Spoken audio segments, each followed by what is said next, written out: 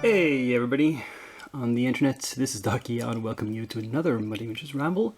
This one for Monday the 8th of July 2019, where I'm going to start off with some finished minis, as always.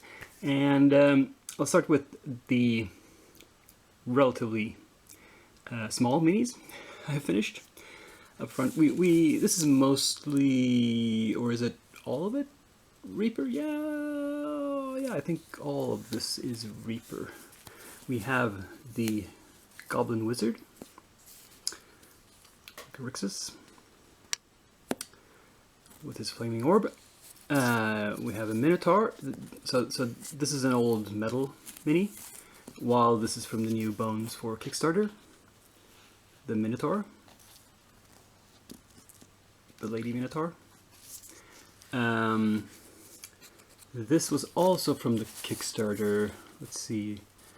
Yeah, in this clip, this is all that's from Kickstarter. This is another owlbear. I've got a pretty large collection of owlbears now, and this one has spikes, which maybe it's a dire owlbear. I don't know. We have more goblins. The rest of this is metal or... Okay, so this one is the new Bones Black material. I showed you this already in a shorter clip where I've compared old Bones with Bones Black. So you've already seen this one up close. Another old metal goblin. This one is from the Pathfinder range, you can tell by his face. And he's riding a goblin dog. I've painted the dog the way they are, the color scheme that is in Pathfinder. However, goblins in Pathfinder tend to be purple in many illustrations and sometimes green, but I'm going with this dirty yellow that I've chosen, which is more classic D&D. We have a big cat in a strange color scheme. This is because in the illustration I was trying to emulate, that cat doesn't have this big ruff. It's just smooth all the way, but it has instead red stripes down the back. It's sort of a bluish, purplish black with bright red stripes. But the way this thing was sculpted, I thought, well, let's change that up a bit. Let's make this a bigger section of fur look like it's on fire instead. It looked a little weird, but hopefully that's effective. Then we have a pair of big hounds. Again, these are painted like, supposed to represent Yeth hounds in Pathfinder, and it's kind of the color scheme from the books. And yeah, I think I managed to make them look fairly dramatic.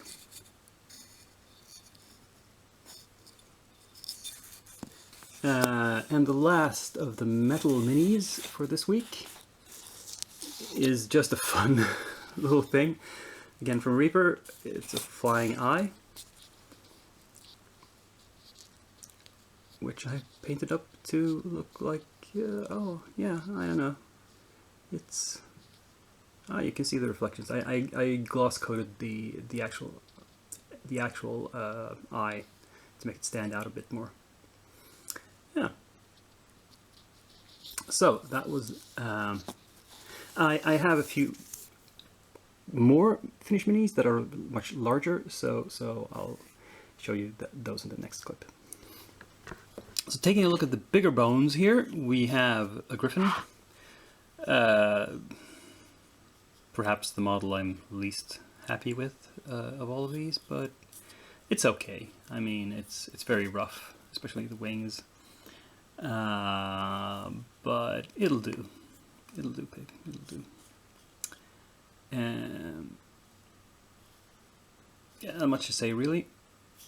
The wyvern is a little more interesting. He's more glossy. I put more of a satin finish on the top part of him. I thought I wanted like a leathery sheen to it, not matte, but I'm not sure if this is the best thing to do, but well, anyway, the thing is, I already painted a couple of wyverns that are kind of rust red, and I wanted to do something even darker. I wanted to go black, but then I decided just plain black with like gray highlights. That's boring, so I went with red highlights. So it's a black red, and traditionally leathery wings. And we have the stinger there with some yellow poison, and the underbelly is a lighter tan shade. And finally, we have the most complicated piece of all, the orrery, which, let's see if I can fit it all. It's hard to fit it all into one shot. I've painted the plants. The difficult thing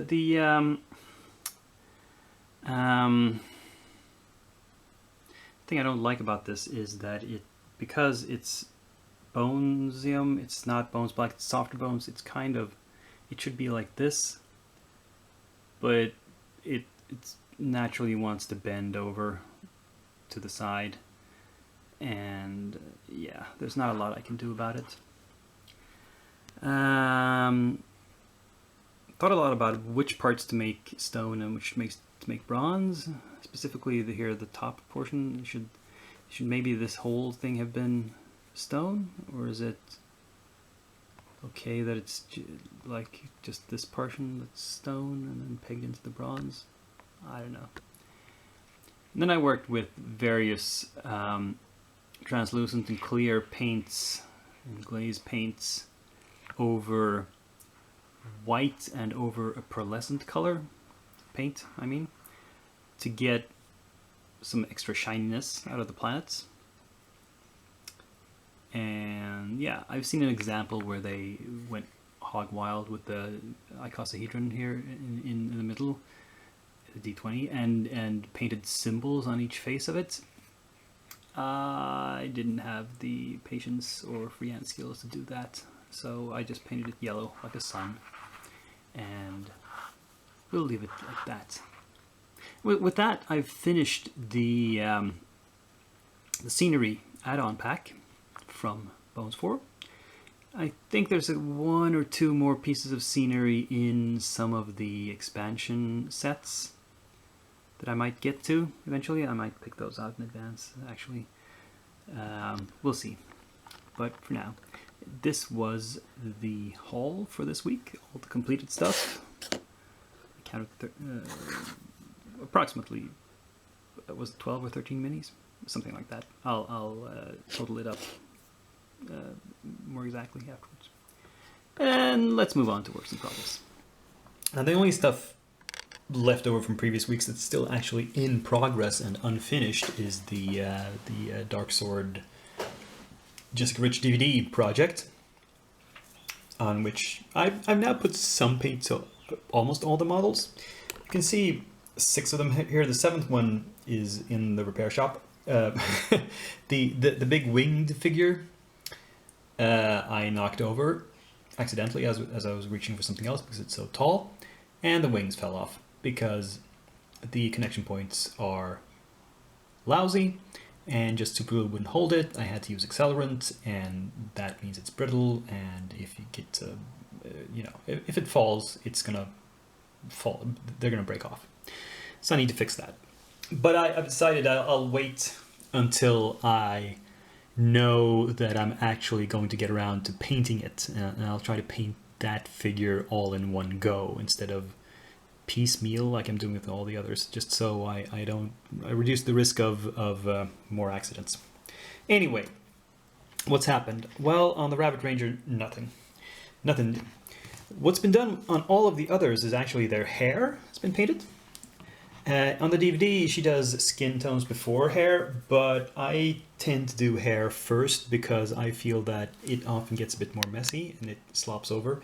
It's better to do the hair first, and then I can paint the skin carefully and avoid the hair when I'm doing that.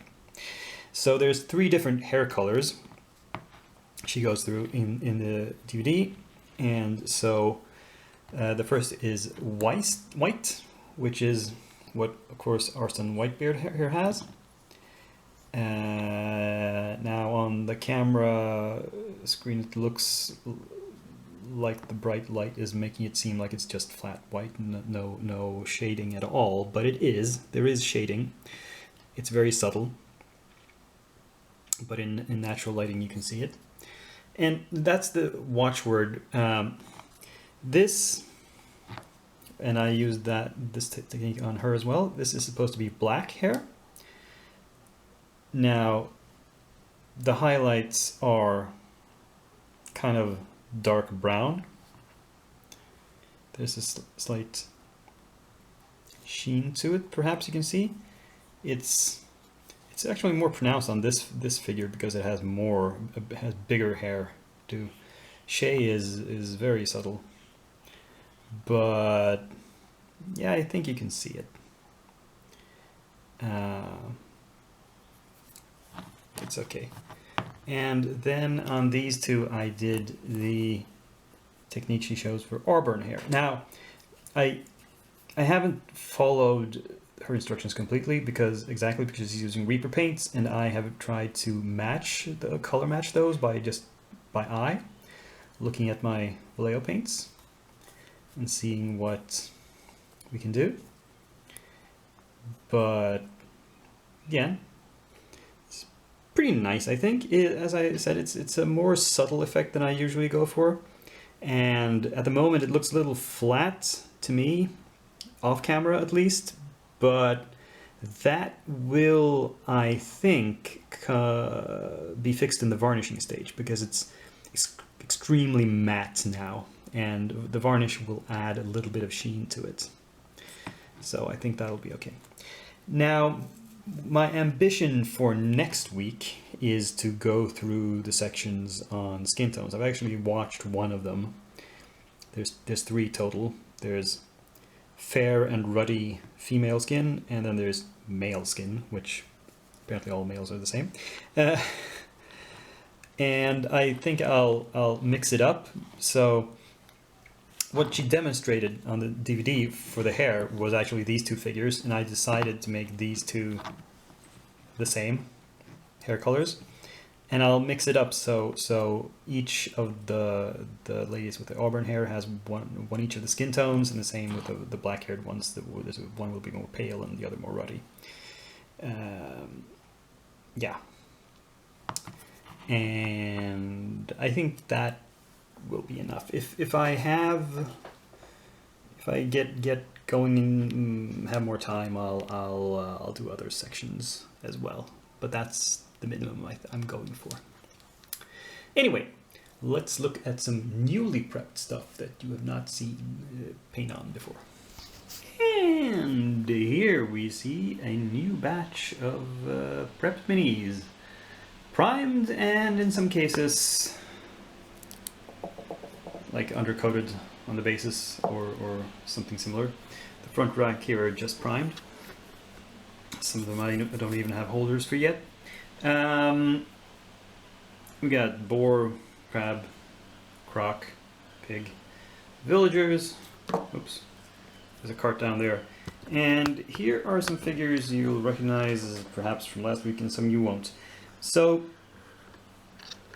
first off, we have these 2 minis from Minx Studio, which I think you'll agree have very striking dramatic poses. Unfortunately, they're also resin and very, very fragile. See, when I put together this guy, I don't know if from certain angles his hammer will look crooked, and this is because this was one piece. The 2 arms and the hammer was one piece. That was supposed to be glued into the body. However, it broke. The haft, when I was trying to wiggle it into place, the haft broke between the 2 hands. So, a lot of swearing and pinning and super gluing later and remodeling. The upper arm here, now with just the bright light gray primer, you might not be able to see it, but the upper from the elbow joint up to where it meets the chainmail shirt, that's all sculpted in by me because I had to position it in such a way that the actual casting would not fit. That was the basic problem to begin with. It didn't really fit. and I just had to use some putty to remodel that whole thing. And I considered leaving the cloak off, but there were some bits of the cloak that I would have had to cut off then. The thing with the cloak on is that they have sculpted some detail on his shoulders that's now obscured by the cloak. I don't know why they would bother to do that, but oh well. So anyway, the conclusion I drew was these are very three-dimensional and they're very brittle, very fragile. I cannot pack these down into my carrying case for transportation to the store, gaming store, and paint it there. It's gonna break again. There's no way. So I'm gonna have to paint these two guys at home and just leave them in my display case and never touch them again. Maybe. So I needed something else to bring to the store tonight, and I picked out these two. Now you probably can't tell what they are, but they are Discworld miniatures from Micro Art Studios. I picked some of these up at my local gaming store when they had a sale on them a while back, a year or two ago. They weren't selling very well, unfortunately. And so I just have a random assortment, and I chose these two because they look funny.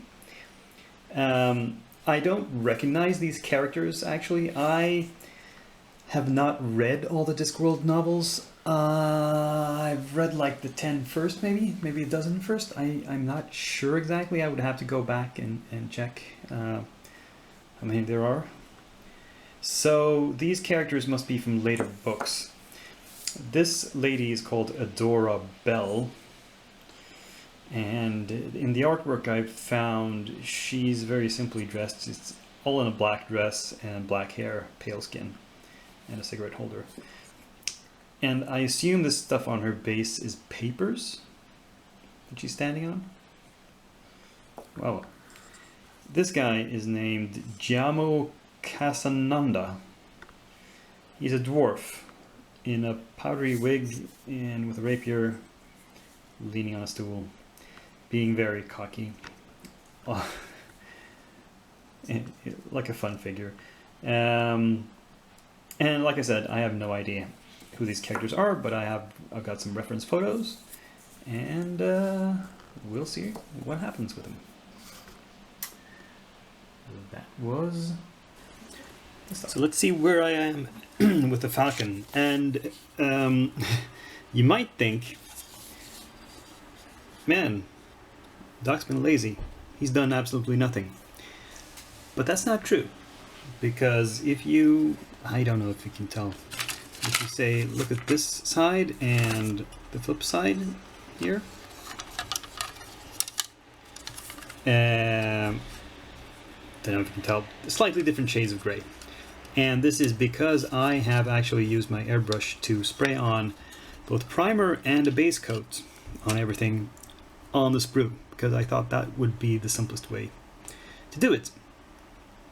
And both the primer and the paint I put over it are a light gray, and I mixed up a very, very thin coats of both, because a lot of the detail is very shallow and I didn't want to risk obscuring anything.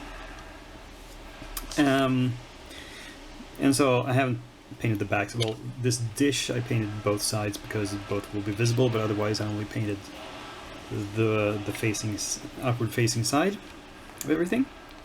Now I'm considering whether I should do shading also on this sprue. I'm thinking maybe dusting extremely lightly, dry brushing white and a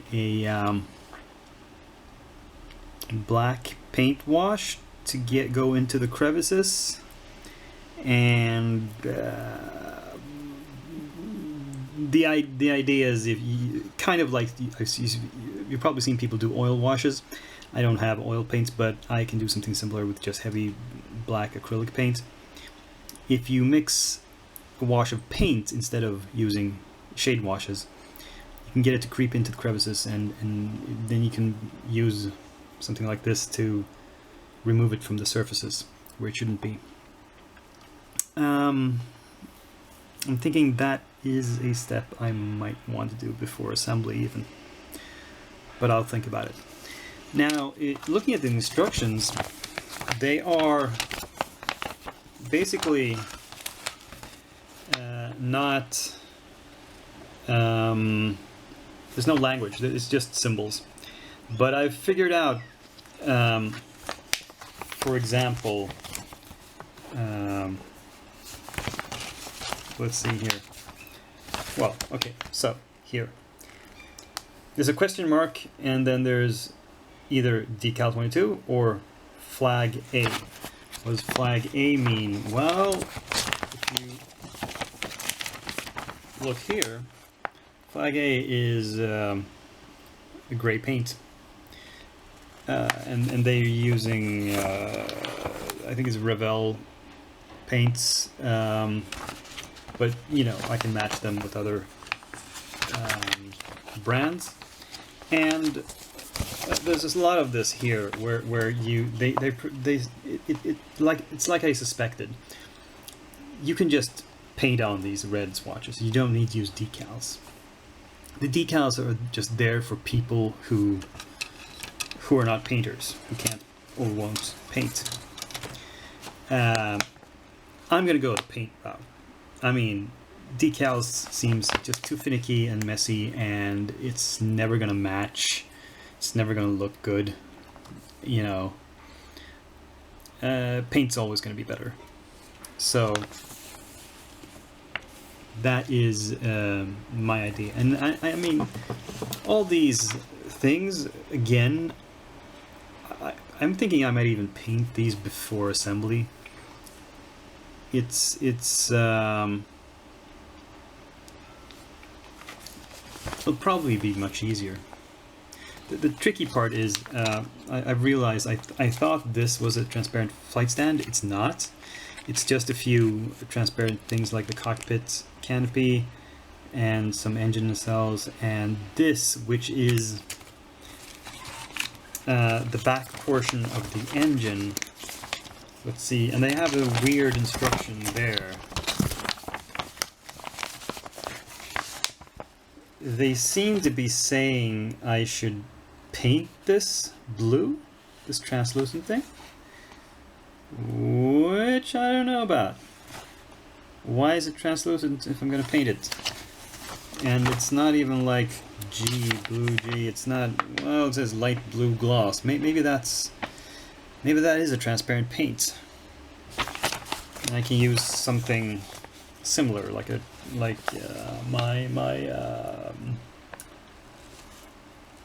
or I can just paint the portion behind blue and put the clear plastic in front. And that will give an automatic gloss effect. I think that would actually be easier and better. Like, where is it?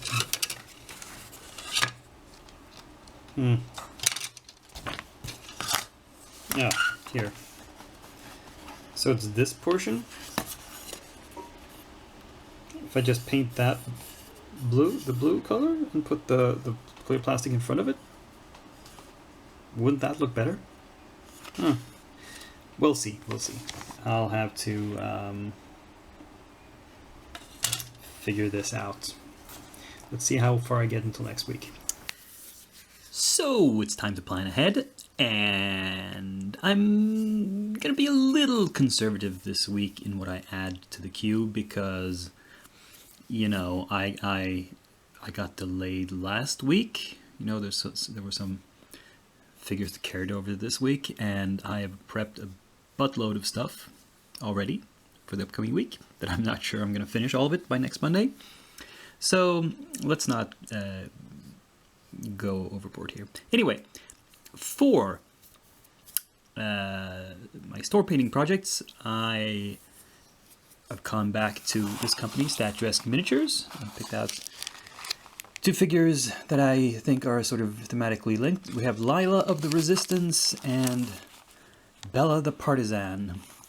two ladies that are sort of contemporary figures, sort of modern day outfits, guns that look like, I mean, the resistance and partisan, it sounds like World War II, but the guns are more modern than that.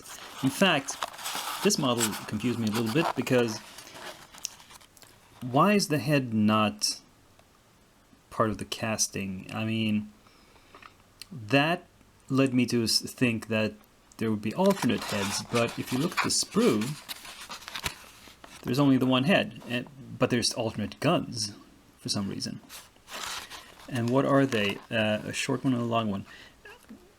I'd say the top one here is actually a realistic modern day assault rifle. It looks like an FN FAL. Kind of. I'm not a gun nut. I'm not an expert. But the lower one, this actually looks like some sort of sci-fi gun. It doesn't have a magazine, it has a canister of some sort. And the barrel looks kind of weird, and it looks like something out of 40K, like some sort of plasma gun or something. So I'm not sure. I'm undecided. I mean, if I want these two to go together, I should use the modern day, the contemporary gun, of course. But well, we'll see. We'll see. And oh yeah, I've picked up these resin bases. I have two left from this little pack. They're sort of woodland. There's parts of tree stumps here with roots, and I thought, you know, resistance fighters, partisans, they're probably out in the woods somewhere. That would suit them.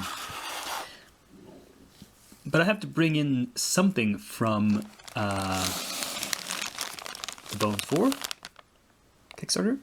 Again, I pulled a bag out of the core set, and because the stuff I've already prepped for this week was a lot of humans and some monsters, so I thought this time, if I'm not adding that many to the pile, I'll split the difference and I'll take some humanoid monsters. So we have this guy who I think is supposed to be, I think he's called an armored half ogre. Very substantial dude. This figure, which is multi-part, but you can tell from the head that it's a cyclops. This guy is a huge rat man, perhaps a were-rat, of unusual size. This is some sort of humanoid. What is this? Oh, I don't know. It's some. Oh, I believe. Yes. See, it has two heads. I think this is the Etten. Either that, or there's alternate heads for some reason. And finally, this is some sort of troll. I can't quite find the head. Oh, there it is. Ugly bugger.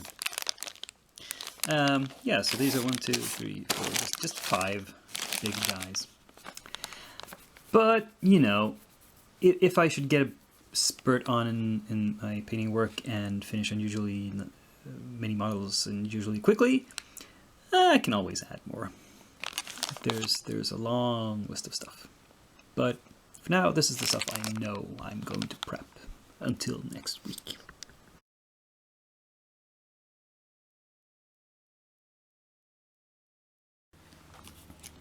Well, look at this pile of completely new minis. Adding to my mountain of unpainted metal. Yeah. This is the Reaper order I mentioned of minis that are intended for whenever I start up my Rise of the Runelords campaign. Now, as I think I've hinted, it's not imminent. Probably not going to happen this year. So I'm not going to put most of these into the painting queue just yet. I'll store them away for future use, with one exception, and that is the bonus mini, the promo mini for this month. Well, no, for the month of June. was Gargok, the Ogre Chieftain. He is a Bones Black mini.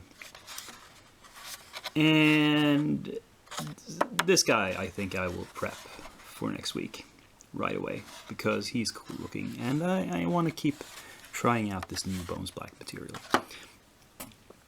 But, you know, I can at least give you a rundown of what it is that I got hold of. First, I got 2 copies of the Sin Spawn, which is a monster from the Pathfinder role-playing game. You don't see it in other iterations of D&D, so it's kind of unique for them. That's good to have.